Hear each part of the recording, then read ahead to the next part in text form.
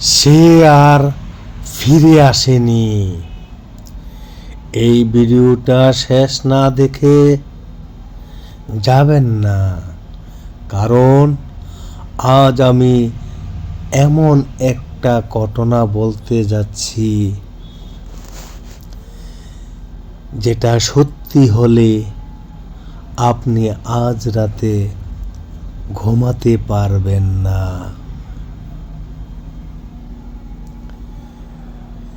একটা বাড়ি যেখানে ঢুকলে মানুষ আর আগের মতো ফিরে আসে না,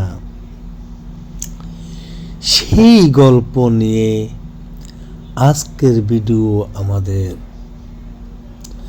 তাই আপনারা যারা আমাদের চ্যানেলটা এখনো সাবস্ক্রাইব করেন নাই, তাই সাবস্ক্রাইব করে নিন, যাতে এরকম বাস্তব জীবন থেকে গল্পগুলো আপনারা শুনতে পান।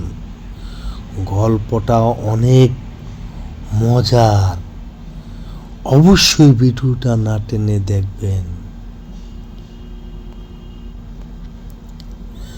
বাংলাদেশের একটা ছোট্ট গ্রাম চরনগর।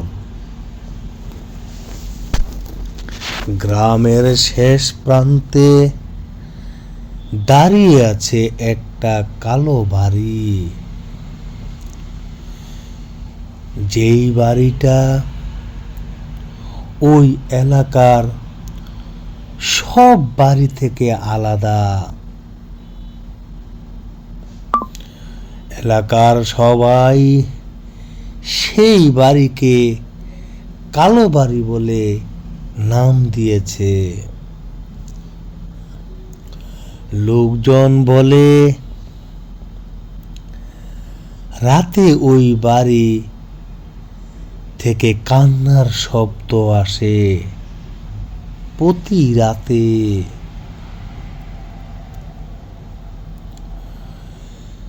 যারা ওই বাড়ির আশপাশ দিয়ে রাতে চলাফেরা করেছে, তারা কেউ না কেউ কোনো না কোনো কান্নার শব্দ পেয়েছে। কান্নার শব্দ পেয়ে অনেক মানুষ রাতে অজ্ঞান হয়ে রাস্তায় পড়েছিল। সকালে অনেকে এসে দেখতেন রাস্তায় অজ্ঞান হয়ে পড়ে আসছে। আবার কেউ যদি গাড়ি নিয়ে যাচ্ছে, তারা গাড়িতেই অনেকে অজ্ঞান হয়ে পড়ে যেত। সেই ভয়ঙ্কর বাড়ির ভয়ঙ্কর চিৎকার শুনে অনেক সাহসী মানুষ ভয় পেয়ে যেত।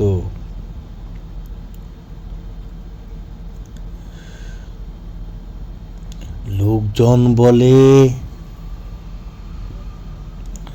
রাতে ওই বাড়ি থেকে বিভিন্ন রকমের কান্নার শব্দ আমরা পাই।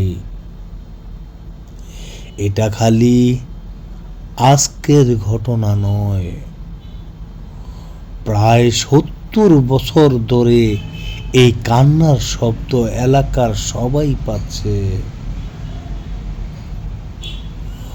অনেকে কান্নার শব্দ সরাসরি দেখার জন্য সেই বাড়িতে প্রবেশ করেছিলেন,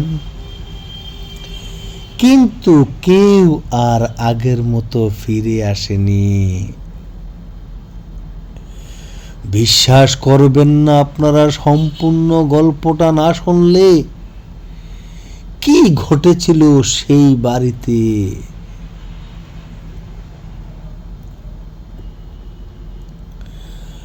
আরিফ শহরের একটা সাহসী ছেলে ছিল। সে এসব বিশ্বাস করত না। জিন ভূত বলে কিছু আছে, সে কখনো এই কথা বিশ্বাস করতে না।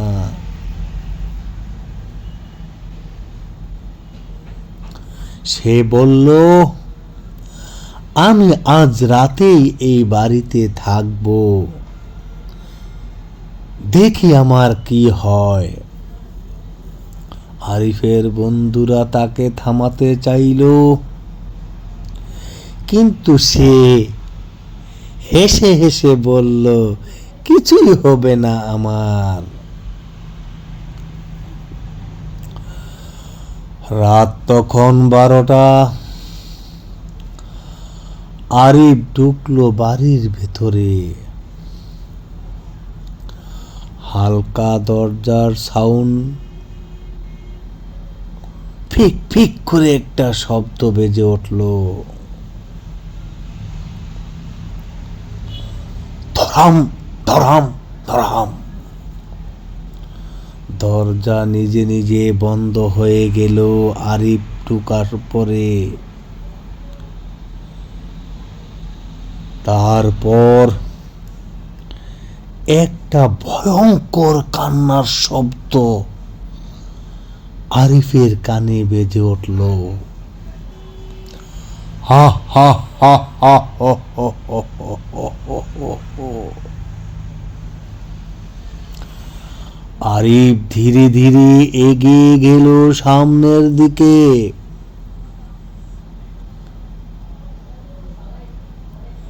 একটা ঘরে ঢুকে সে আয়নায় তাকালো। রুমের চতুর্দিকে আয়না ছিল, আর সে দেখল তার পিছনে কেউ দাঁড়িয়ে আছে। সে ঘুরে তাকালো, কেউ নেই।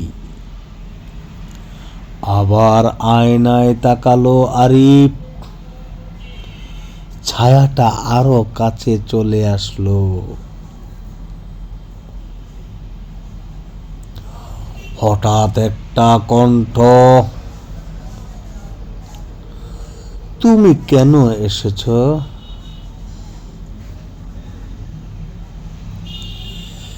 একটা মেয়ের আত্মা। সে বলল, এই বাড়িতে যারা আসে তারা আর বের হতে পারে না।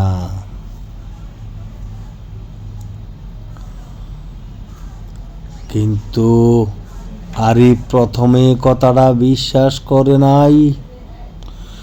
যখন একটা মেয়ের কান্নার শব্দ আর মেয়ের কণ্ঠ পেল, তখন আরিফ একটু হতভম্ব হয়ে গেল ভয়ে।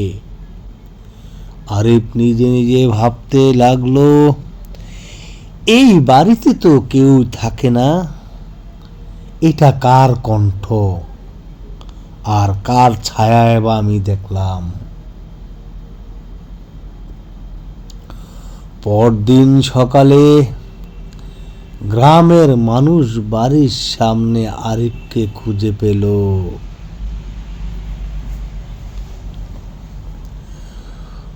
চোখ খোলা, কিন্তু সে আর বেঁচে নেই। বাড়ির দেয়ালে একটা নতুন ছবি, আরিফ আরিফ আরিফ।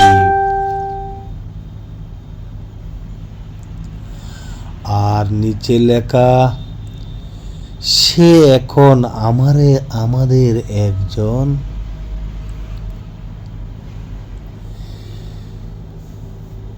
কিন্তু গ্রামের মানুষ সবাই অবাক হয়ে গেল। এ কি হয়ে গেল আরিফের? আরিফের বন্ধুরা বলা বলি শুরু করলো, আমরা কতই না বারণ করেছিলাম, কোনোভাবেই আরিফকে আমরা রাজি করাতে পারলাম না।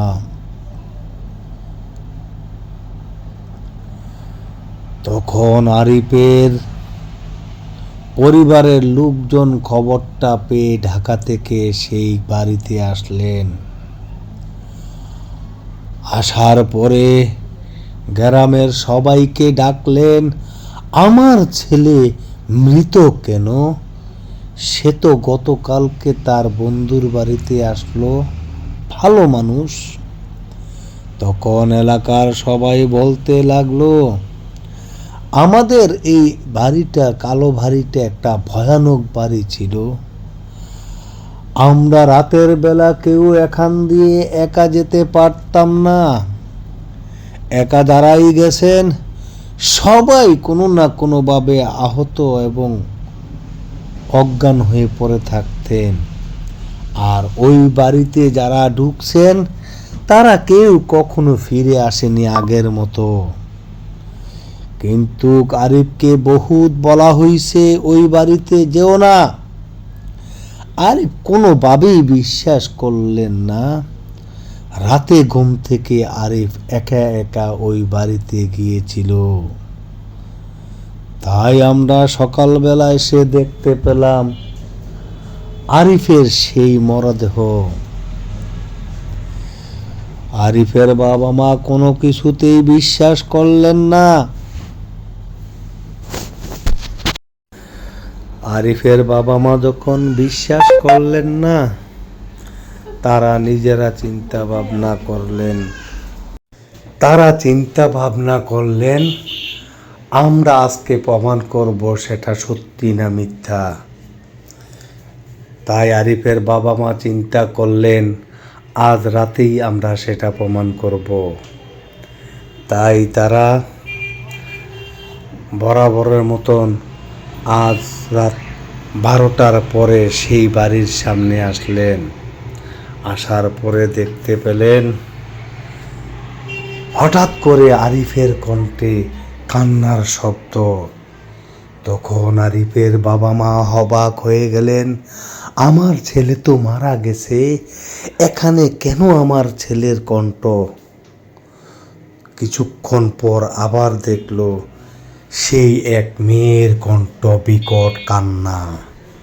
তাই শুনে আরিফের বাবা মা অবাক হয়ে বিশ্বাস করলেন যে এলাকাবাসী যা বলেছে তাই তো সত্যি। তো দর্শক বন্ধুরা, এই অবস্থা যদি হতো, আপনি কি ওই বাড়িতে এক রাত থাকতে পারবেন? কমেন্টে লিখুন আপনারা হলে তখন কি করতেন। আর এমন ভয়ঙ্কর গল্প পেতে সাবস্ক্রাইব করুন আমাদের চ্যানেলটা। বাস্তব জীবন থেকে আমাদের চ্যানেলে গল্প বলা হয়, সেই গল্পগুলা আপনারা শুনতে হলে অবশ্যই আমাদের সঙ্গেই থাকবেন। আমাদের চ্যানেলটা সাবস্ক্রাইব করে আমাদের পাশেই থাকবেন। আর আপনারা অবশ্যই এই গল্পটা কেমন লাগলো আর কেমন গল্প আপনারা শুনতে চান অবশ্যই কমেন্টে উল্লেখ করবেন। ভালো থাকুন, সুস্থ থাকুন, পরবর্তী গল্পের অপেক্ষায় থাকুন।